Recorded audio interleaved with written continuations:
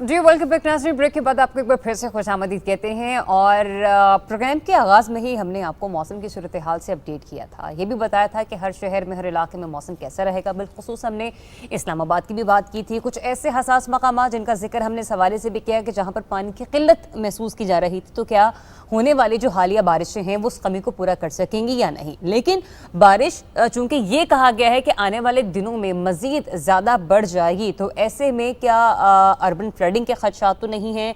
क्या फ्लडिंग के मामला जो हैं वो ज़ेर बहस आ रहे हैं? हमारे इदारों की तैयारी इस मामले में कैसी है? इन तमाम मौज़ूआत पर बात करना बहुत ज़्यादा ज़रूरी हो चुका है, ताकि न सिर्फ इंसानी जानों का जो ज़िया है उसे बचाया जा सके, बल्कि खेत हैं, खलियान हैं, लोगों के कारोबार हैं, लोगों की ज़िंदगियाँ हैं, दरिया किनारे बहुत छोटी बड़ी बस्तियाँ आबाद होती हैं, उन लोगों की भी ज़िंदगियों को जो है वो महफूज बनाया जा सके। इसलिए आज प्रोग्राम में हमने इनवाइट किया है chairman federal flood commission Ahmed Kamal sahab. उन्हें वेलकम करते हैं। अस्सलाम वालेकुम sir and very good morning. Sir, वैसे तो मौसम बहुत खूबसूरत है, लेकिन ये खूबसूरती गहना ना दी जाए, इसलिए हमने आपको यहाँ पे इन्वाइट किया है। इस वक्त करंटली पाकिस्तान में सिचुएशन क्या है हमारे रिवर साइड की और हमारे दरियाओं की? बिस्मिल्लाहिर्रहमानिर्रहीम। पाकिस्तान टेलीविज़न का शुक्रिया अदा करता हूँ, आप हमेशा लीड लेते हैं ऐसी इश्यूज़ के ऊपर आगाही के लिए। इस वक्त हमारे तमाम रिवर्स इंडस, चनाब, झेलम, रावी सारे नॉर्मल फ़्लो में हैं। अगर मैं कहूँ कि पिछले साल के मुकाबले में उनके फ़्लोज़ कम है तो ये गलत नहीं होगा। अच्छा। सिर्फ रिवर चनाब पे, मराला के मकाम पे, जहाँ से इंडियन साइड से पाकिस्तान में पानी का फ़्लो आता है, वहाँ पे इस वक्त 70,000 क्यूसिक के करीब पानी है, जो पिछले नॉर्मल जी वो नॉर्मल स्टेट में है और अभी उसमें इजाफा हो रहा है पिछले 4 घंटे से। और अगर उसके सिलसिले में कोई फोरकास्ट आती है तो डेफिनेटली अगले 2 घंटे में आ जाएगी। लेकिन अगर उसने लो फ्लड में भी जाना है तो 1 लाख से ऊपर जब वो होगा तो वो लो फ्लड में होगा। अगर मैं डैम्स की बात करूँ तो ये यकीन रखिए कि हम इस वक्त अच्छी पोजीशन में नहीं हैं डैम्स के मामले जी। में हमारी टोटल जो स्टोरेज कैपेसिटी है, फ़र्ज़ करें कि हमारे पास इस वक्त डैम्स में मैक्सिमम 100 गिलास पानी के होने चाहिए। पिछले साल इन 100 ग्लासेस के मुकाबले में 25 गिलास थे और आज 1 गिलास है। 1 गिलास है जी, 1 गिलास है। इसमें कोई शक नहीं। खानपुर डैम से लास्ट वीक में गया और वो तो सूखा हुआ है जी।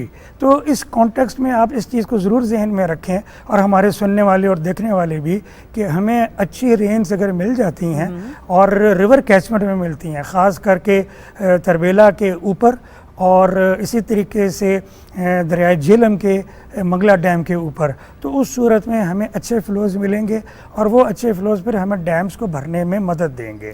हमें साथ ये भी जहन में रखना है कि डैम्स में जो इस वक्त पानी आ रहा है, हमें सूबों की पानी की रिक्वायरमेंट को भी उनकी जो पूरी करने के लिए देना। तो लिहाजा अगर पानी फ़र्ज़ कर लीजिए कि 50,000 क्यूसेक आ रहा है और सूबों की रिक्वायरमेंट 70,000 क्यूसेक है, तो हमें जो स्टोरेज है उसको कम करके उनको ज़्यादा देना होगा। तो पहले करनी है जी।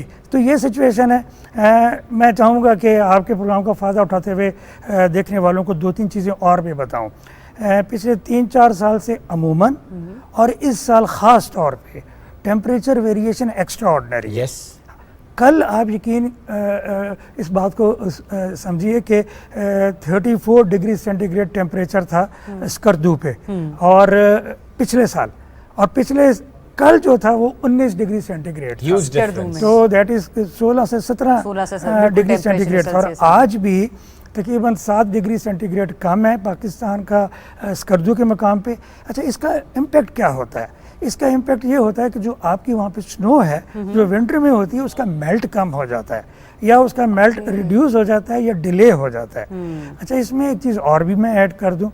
हमारा जो एवरेज स्नोफॉल है विंटर में वो 51.4 इंचेस है। जो पिछली विंटर गुजरी इसमें 37.4 इंचेस हमें बर्फ़ कह लीजिए कि मिली है, वो भी कम है। तो एवरेज के मुकाबले में तो कम है ना जी। तो इसका मेल्ट भी कम आ रहा है। जब इसका मेल्ट कम आएगा due to extreme temperature variation, तो नेचुरली हमारे डैम्स को वो पानी नहीं मिलेगा। मैं चाहूँगा कि इसमें एक और चीज़ ऐड करूँ। पाकिस्तान को 3 मौसम जो वो इम्पेक्ट करते हैं। सबसे ज़्यादा मानसून में जो हमारी बे ऑफ बंगाल से क्या नाम है मानसून लो आती है, अगर वो डीप हो या बहुत ज़्यादा कह लीजिए कि इंटेंसीफाई हो जाए और वो रिवर इंडस के ऊपर तरबेला से ऊपर जाके स्टे करे और वहाँ पे हैवी डाउनपोर दे तो बरसात बहुत ज़्यादा होती है और वो दरिया तोहियानी में आ सकते हैं। इसी तरीके से अगर यही बे ऑफ बंगाल से आने वाली जो वेव है ये चनाब और झेलम के दरमियान रुक जाए उनके कैचमेंट एरिया में, तो यहाँ पे हैवी डाउनपोर के साथ फ्लड आने के चांसेस होते हैं। ये दोनों चीज़ें उस वक्त होती हैं जब कोई सिस्टम वहाँ पे डेवलप हो जाए, और डेवलप होने के बाद महकमा मौसमियात बाकायदा उसको ट्रैक करता है। जब हम ट्रैक की बात करते हैं तो उसको यूँ समझ लीजिए कि मैंने अगर यहाँ से कराची जाना है तो मैं एक रूट ये ले रहा हूँ और एक रूट मैं ये ले रहा हूँ, तो जिस वक्त वो वहाँ पे इनिशिएट करता है सिस्टम तो उसको मॉनिटर किया जाता है और नेक्स्ट 24 आवर्स में पता चल जाता है कि इसका रुख किस तरफ होगा। ऐसे ही है। तो सो दिस विल ये फ्यूचर में ये चीज़ डिफाइन करेगी। मैं 3 सिस्टम की जो बात कर रहा था उसमें दूसरा है वेस्टर्ली मेडिटेरेनियन से आता है और ये ठंडी या कोल्ड हवाएं लेके जो इस वक्त है, और तीसरा है हमारा अरेबियन सी के ऊपर जिसको हम सीजनल लो कहते हैं। सीजनल लो के साथ ये हमारी बेसिकली मानसून लो मिक्स होके या मिल के आती है। तो इस वक्त आप समझें कि हमारी वेस्टर्ली वेव का खासा इम्पैक्ट है और उसकी वजह से टेम्परेचर हमारा डाउन है।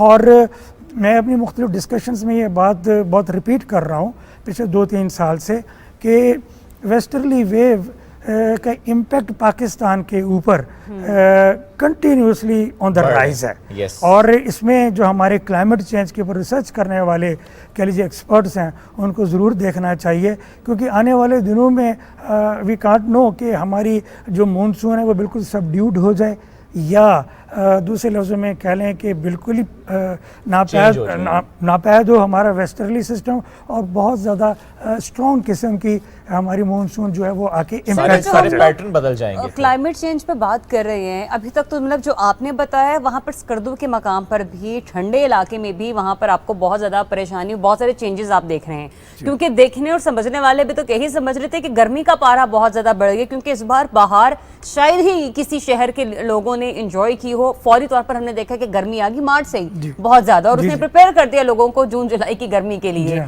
तो इसका मतलब गर्मी से मुतासिर होने वाले इलाके हों या फिर स्कर्दू की अगर हम लोग बात करें तो वहां पर जो टेम्परेचर है वो भी बहुत ज्यादा यानी कि कमी की तरफ जा रहा है, तो सिचुएशन दोनों की तरफ ही खराब है जी। और ये मैटर करता है, ये बहुत ज़्यादा मैटर करता है और आने वाले दिनों में ये बहुत ज़्यादा मैटर करेगा। और इसको दैट्स वाई हम ये कहते हैं कि एक्सट्रीम इवेंट्स या अनसर्टेनिटी, एक्सट्रीम इवेंट्स कब आते हैं जब आपकी कह लीजिए कि वो तमाम इशारिये या वो तमाम आपके कह लीजिए असेसमेंट्स या एनालिसिस टोटली एक तरफ हो जाए और मौसम बिल्कुल डिफरेंट हो। और इस लिहाज से हमारे जो जितने भी इदारे हैं उनको बड़ी इफ़ेक्टिव प्लानिंग की तो ज़रूरत है ही है, जो अल्हम्दुलिल्लाह इस वक्त हो चुकी है। लेकिन इसमें जो रोल चीज़ अदा करेगी किसी भी सिचुएशन में वो इंटर डिपार्टमेंटल, इंटर एजेंसी और इंटर प्रोविंशियल कोऑर्डिनेशन करेगा रोल अदा। किसी जगह पे छोटी सी भी जो कोताही है उससे कोई नुकसान हो सकता है। और आपको यकीन इस चीज़ का इल्म है कि महकमा मौसमियात ने जो इस दफ़ा मानसून की वेदर आउटलुक दी है हमें 3 माह के लिए, इसमें उनके जो एनालिसिस हैं वो डिपेंड किया है उन्होंने एक तो हमारी लोकल कंडीशंस पे और फिर उसके ऊपर उन्होंने सुपर इम्पोज किए हैं 3-4 बाहर के जो मॉडल्स हैं। सेस्कॉफ एक इदारा है इंडिया में और एक फोकरा है चाइना में, इन दोनों को उन्होंने इसके ऊपर ओवरले करने के बाद ये बताया है कि हमें इस दफ़ा अच्छी मानसून एक्सपेक्ट कर रहे हैं। और इसका जो फर्स्ट हाफ होगा समझ लीजिए कि तकरीबन 6 वीक्स का 1 जुलाई से लेके 15 अगस्त तक वो सीवियर हो सकता है, वो हाई हो सकता है। तो सर ऐसे में आपके दायरे ने क्या वार्निंग्स जारी किए हैं? मैं फिर अपने पहले सवाल की तरफ जाऊंगी, कौन से दरिया और कौन से दरियाई इलाके मुतासर हो सकते हैं? जी, इसमें हम जो भी चीज़ इशू करें या बताएं वो डिपेंड करती है फोरकास्ट के ऊपर। फोरकास्ट ये बता रही है कि हमारे जो ईस्टर्न रिवर्स हैं जो इंडियन साइड से कह लीजिए कि हैं, वहाँ पे बाकायदा ये शो हो रहा है कि वहाँ पे रेंस ज़्यादा होंगी। जब रेंस ज़्यादा होंगी तो सतलुज रावी में पानी का बहाव ज़्यादा हो सकता है। अब ये पानी का बहाव ज़्यादा उस सूरत में हमारे लिए ज़्यादा समझ लीजिए कि नुकसानदेह या तशवीश का बायस होगा कि अगर इंडियन साइड्स के ऊपर भी हो और फिर इंडियन साइड्स के ऊपर जो उन्होंने भी अपना पानी छोड़ दिया, जो स्ट्रक्चर्स बने हुए हैं उनकी कैपेसिटी भी एग्जॉस्ट हो जाए। ये वो सिचुएशन है जो आगे जाके क्लियर होगी और मैं पर्सनली समझता हूँ कि 15 जुलाई अराउंड इसके बाद हमें पता चलेगा। जी हाँ, और अगर थोड़ा सा दरियाओं से हट के बात करें, 3 साल जो पिछले गुजरे उसमें हमारा मानसून जो था वो इंडिया से जिस वक्त इनिशिएट होता था तो वो रिकर्व होता था आके सिंध और कराची साइड के ऊपर, या कह लीजिए कि coastal side of Balochistan and Sindh के ऊपर, और वहाँ पे हैवी डाउनपोर करता था। तो ये ट्रेंड हम कुछ नहीं कह सकते, लेकिन अब जो सिलसिला चल रहा है उसमें हमारे most of the country wide जो एरियाज़ हैं जिसमें दूर दराज के भी हैं और जिसमें अर्बन एरियाज़ भी हैं, वो दोनों इम्पैक्ट हो रहे हैं। दरियाओं के ऊपर इम्पैक्ट नहीं है इस वक्त, और ये हमें जहन में रखना चाहिए कि it is only pre monsoon, और प्री मानसून में अगर ये रहे तो ये हेल्दी रेंज हैं, ये अच्छे रेंज हैं, लेकिन इस वक्त तो हेल्दी है। हाँ, लेकिन आप साथ ये भी देख रहे हैं, आप खुद रिपोर्ट कर रहे हैं कि जहाँ पे कच्ची आबादियाँ हैं, जहाँ पे ऐसे इलाके हैं, वहाँ पे डैमेज पोटेंशियल बहुत ज़्यादा हो जाता है। जी सर, थोड़ा सा इंडिया के रोल पे भी बात करना चाहेंगे। आपने 2-3 जगह हवाला भी दिया, क्या इंडिया पानी छोड़ता है या इंडिया के पास और कोई ऑप्शन नहीं होती? देखिए, मैं 2-3 चीज़ों को वाज़ेह करना चाहता हूँ। पाकिस्तान और इंडिया के दरमियान under the umbrella of Indus water treaty एक अच्छा तरीक़ेकार है इंफॉर्मेशन रिले करने का, और इस इंफॉर्मेशन को अगर लेटर एंड स्पिरिट में एडहियर टू किया जाए, इनके साथ इसके ऊपर हम अमल दरामद करें तो कोई ऐसी सिचुएशन नहीं होती है। बहरहाल अपस्ट्रीम एरिया से या अपर रिपेरियन से जिस पानी बहुत ज़्यादा बढ़ेगा और वहाँ पे स्ट्रक्चर्स के अंदर गुंजाइश नहीं होगी तो नेचुरली पानी को नीचे ही आना है। हाँ, उसको जब नीचे के लिए जिसे छोड़ा जाएगा तो उसकी हमारे पास प्री इंफॉर्मेशन, प्री वार्निंग होना लाजमी है। लेकिन अभी आई है सिंतास माहदे के तहत? देखें, हमारी जो सिंतास माहदे के तहत लास्ट मंथ में जो मीटिंग हुई है उसमें बाकायदा इसके ऊपर डिस्कशन हुई है Pakistan commission for Indus water के Indian commission for Indus water से, और उसके ऊपर उन्होंने यकीन दिलाया है कि ह्यूमैनिटेरियन ग्राउंड्स के ऊपर इसको कंसिडर किया जाएगा। लेट्स होप जो नहीं, वैसे नॉर्मली भी कंसिडर किया जाता रहा है माजी में।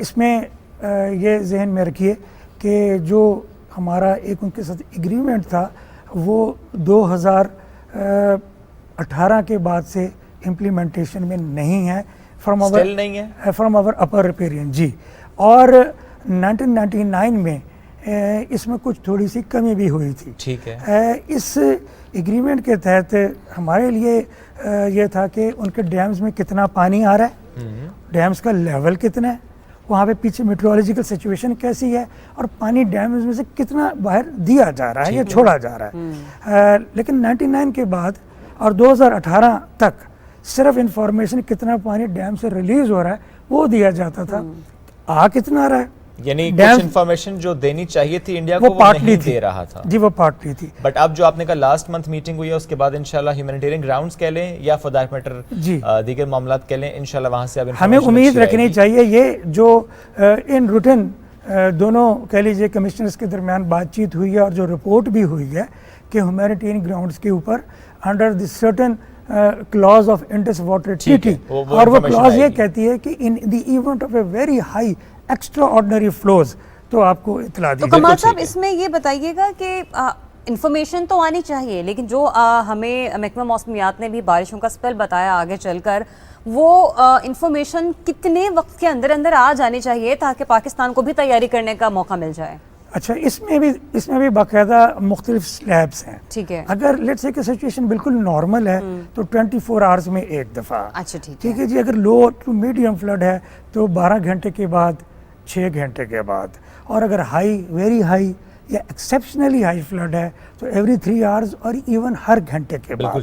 तो ये इसका ये लेकिन ये साइकिल जो है 24 टू बिटवीन 48 आवर्स, मतलब यानी कि ये है, मतलब इनके ये आप हफ्ता पहले की वार्निंग्स पे आप नहीं जा सकते। ये with regard to the flow from the India नहीं जा सकते, जी। लेकिन महकमा मौसमियात बाकायदा जैसे मानसून सीजन शुरू हो जी, जाता है जी, ना, 3 months की उन्होंने दी जी, हुई है। लेकिन याद रखिएगा जी। 3 months की तो उन्होंने दी है, लेकिन जुलाई में वो दोबारा पूरे Exactly. जुलाई की देगा। जैसे डे टू डे डिफाइन हो रहा होता है हाँ, system define कि हो रहा कहाँ था, से फिर वो उसकी पूरे movement हफ्ते की है। भी बिल्कुल देगा। ठीक है। जी थोड़ा हाँ। ग्लॉफ पर भी आते हैं sir. Last week if I am not wrong तो फिर एक एक्टिविटी हुई और शहरी रहमान साहब ने भी उसका हवाला दिया, ग्लेशियल लेक आउटबर्स्ट। थोड़ा सा इस पर भी बताएं सर कि ये तवातुर से हो रहे हैं और इसकी वजह से जो नुकसान हो रहा है उस पर हम लोग क्या कर रहे हैं? देखें, जहाँ तक ग्लेशियर्स लेक की इशू है तो ये 2015 में इनिशिएट हुआ था सबसे पहले। जी।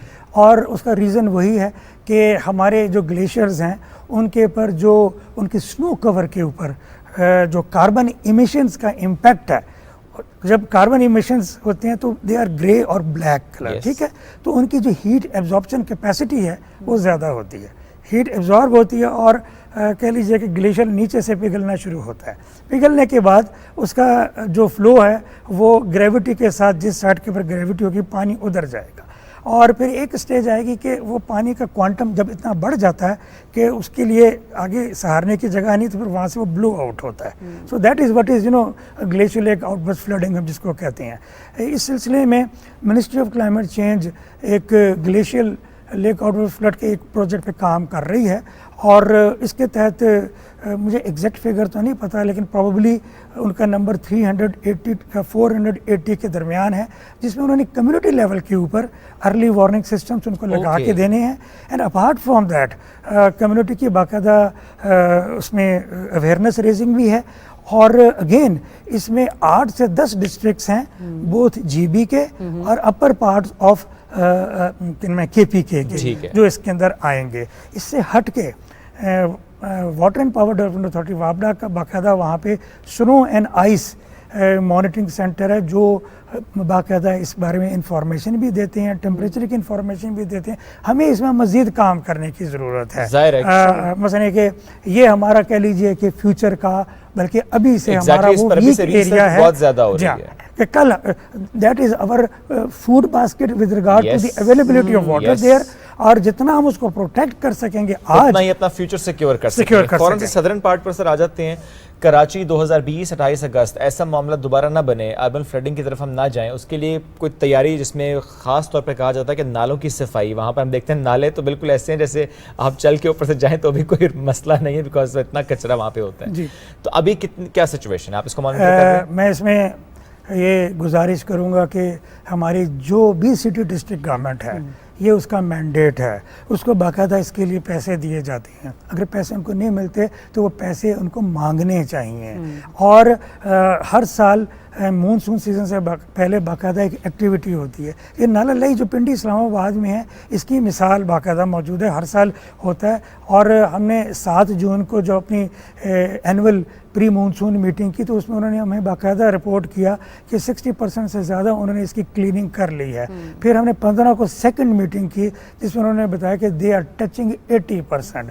अब हम 30 को तीसरी मीटिंग करने जा रहे हैं जस्ट फॉर द सेक कि हम एसर्टेन कर सकें। फिर हमारे अपने कह लीजिए जो ऑफिशियल्स हैं वो city district rescue 1122 municipal corporation और वासा के साथ मिलके तमाम एरियाज़ को विज़िट भी कर चुके हैं।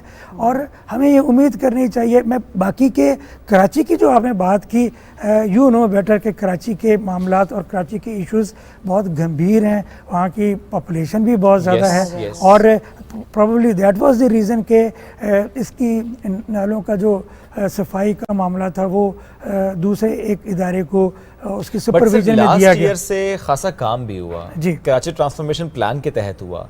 इसलिए मैं आपसे पूछ रहा हूँ कि ज़रा आप ओवरऑल फ्लड जी मैं शेयर कर लेता हूँ। इसमें काम बहुत अच्छा हुआ है। ठीक है। इसका सिर्फ फाइनल ये जवाब दूंगा कि बरसात अगर ज़्यादा हो गई तो कौन कौन से एरियाज जो अभी भी कह लीजिए हैं वो उस वक्त खुद ब खुद आइडेंटिफाई हो जाएंगे। काम हुआ है, इसमें कोई शक नहीं है। सफाई हुई यार, बहुत जाइजेंटिक लेवल के ऊपर जाके उन्होंने उस वहाँ से इनमें कूड़ा कचरा वेस्ट भी निकाला है। और बहरहाल ये पता चलेगा अगर हमें हैवी स्पेल वहाँ पे आया और उसने हिट किया। मैं अक्सर इस चीज़ को डिसमिनेट करता हूँ और आपके प्रोग्राम के तवज्जुह से भी डिसमिनेट करूँगा कि 2001 में पिंडी इस्लामाबाद में तारीख़ की सबसे बदतरीन बरसात हुई थी, जी जी 610 मिलीमीटर 10 घंटे में 74 कैजुअलिटीज हुई थी और तकरीबन 60 अरब रुपए का स्मॉल एंड मीडियम इंटरप्राइजेस का नुकसान हुआ था। तो उसमें जापानीज़ गवर्नमेंट ने ऑफ़र की थी इन्वायरमेंट इम्प्रूवमेंट प्लान उन्होंने बना के दिया था पिंडी इस्लामाबाद का, जिसके नतीजे में 2007 में one of the best in the world flood forecasting and warning system in Pindi Islamabad लग गया था। अब उस सिस्टम की ब्यूटी क्या है? ब्यूटी ये है कि पहले जिससे वो सिस्टम नहीं था तो मार्गला हिल्स पे जो रेन होती थी और उसका हैवी इम्पैक्ट नीचे ये जो हमारे जावेद कॉलोनी और नदीम कॉलोनी, ये संगीत सिनेमा और ये बाकी के करीब करीब के जो इलाके हैं मरीर हसन के, 5-10 मिनट पहले लोगों को पता चलता था कि इतना हैवी फ्लो आ रहा है। अब उसका टाइम फ्रेम बढ़ के 80 से 90 मिनट हो गया। ओके। तो 2007 से लेके as of today by the grace of almighty Allah single casualty नहीं हुई। जो लास्ट ईयर कैजुअलिटी हुई थी वो किसी और वजह से हुई थी, जो E11 में हुई थी। तो हमें इस किस्म के निज़ाम की, इस किस्म के सिस्टम की अर्बन कॉन्टेक्स्ट में ज़रूरत है। हमारा जो national flood protection plan 4 approved शुदा है, उसमें कंट्री की 20 सिटीज़ को हाईली वुलनरेबल करार दिया गया with regard to urban flood management. और इस सिलसिले में हमने तमाम सूबाई गवर्नमेंट्स को बार बार कह लीजिए कि इसके ऊपर सोचने के लिए कहा है कि वो इन सिटीज़ के लिए एक तो ये कि डिटेल्ड स्टडीज़ भी करवाएं फिजिबिलिटी, और फिर जो इकदाम लिए जा सकते हैं वो लें इसके लिए, इसको बेहतर करने के लिए। हम शहरों का आप जिक्र कर रहे हैं, यहाँ पर 20 हैं, उनमें से चंद एक जो डेफिनेटली अगर जिनका आप हमसे शेयर कर सकें कि क्या वहाँ पर कारोबार भी मुतासिर हो सकता है अगर इस किस्म के मामला जो हैं वो फौरी तौर पर इकदाम ना उठाए गए? हैदराबाद, कराची, लाहौर, नौशेरा, अच्छा, रावलपिंडी, चारसद्दा, ठीक है जी, ये तो सभी मेन सिटीज तकरीबन, Jafarabad, Nasirabad, Balochistan. So these are the few areas जो कि 7 सिटीज पंजाब में हैं, 7 सिटीज सिंध में हैं, 3 केपी में और 3 बलूचिस्तान में है। और हम इसके अच्छा एक बड़ा अच्छा एक काम शुरू हुआ है। मिनिस्ट्री ऑफ वाटर रिसोर्सेज ने एक MOU साइन किया गवर्नमेंट ऑफ ऑस्ट्रेलिया के तहत के साथ ऑन वाटर रिसोर्स मैनेजमेंट। अब गवर्नमेंट ऑफ ऑस्ट्रेलिया की टीम पाकिस्तान में लोकल बंदों के साथ मिलके 2 साल के अंदर वो एक कम्प्रीहेंसिव प्रोग्राम इम्प्लीमेंट करने जा रही है इंशाअल्लाह लाहौर के अर्बन फ्लडिंग के कॉन्टेक्स्ट में। हमें इसी किस्म की प्रोग्राम लाने की ज़रूरत है ताकि हम क्या नाम है इसको कर सकें। मुस्तकबिल जो होगा फ्लड मैनेजमेंट के कॉन्टेक्स्ट में वो सिटीज़ के लिए ज़्यादा इम्पॉर्टेंट होगा because of so much of urbanization, so much of, देखिए जब अर्बनाइजेशन होती है तो पानी गिरता है तो वो जज्ब नहीं होता, वो बहुत स्पीड के साथ जाता है। जब स्पीड के साथ जाता है तो उसका डैमेज पोटेंशियल बढ़ जाता है बजाय कि वो मिट्टी पे या घास पे गिरे। और ऐसे में अगर ड्रेनेज सिस्टम भी आपका नाकारा हो तो फिर वो सड़क के रास्ते ही पानी जाता है। अनदर इशू, मुझे इजाज़त है कि मैं बात करूँ, हमारी जो सिटीज़ हैं वो बहुत ऑब्सलीट उनकी ड्रेनेज सिस्टम है और उनका ओपन ड्रेनेज सिस्टम है। जिससे बरसात होती है तो वो वाला पानी खास हद तक वो सहार सकते हैं, उसके बाद वो उबल के ऊपर आ जाता है और फिर वो फैल जाता है, जिससे हाइजीन के इश्यूज भी आते हैं और सिटी के अंदर बाकी के इश्यूज, सिविक लाइफ आपकी डिस्टर्ब होती है। आई थिंक जी मुझे कुछ मौका मिला 1-2 दफ़ा स्टडी करने का जापान में जाके, तो वहाँ पे बहुत मरबूत निज़ाम है सिटी के कॉन्टेक्स्ट में, urban flood management through flood information management system. उसमें वो ये करते हैं, अगर मैं पाकिस्तान के लेवल के ऊपर उसके ऊपर बात करूं कि हमारा 9 महीने तो कुछ नहीं हो रहा ना जी, 3 महीने हमारा मानसून है, तो हम 9 महीने में देखें कि how well our drainage system is working और कहाँ कहाँ पे उसके शोर पॉइंट से तो हम उसको दूर कर लें और जो 3 महीने हैं उसके अंदर हम उसकी मूवमेंट कैसी हो रही है और उसके बुनियाद के ऊपर कहाँ कहाँ पे इम्पैक्ट आ रहा है वो हम इसके ऊपर उन इलाकों के लोगों को बताएं सो दैट बिल्कुल ठीक है, ये हमें करना चाहिए सर। बहुत शुक्रिया कमाल साहब मौजूद थे और फ्लड से मुताल्लिक, उसकी तैयारी से मुताल्लिक, जो डिफरेंट प्लान्स हैं डिफरेंट सिटीज़ से मुताल्लिक जो कोलैबोरेशन से हो रहा है उस पर बात करते हैं। ब्रेक की तरफ बढ़ेंगे, न्यूज़ ब्रेक, वापस आएंगे, साथ रहिए।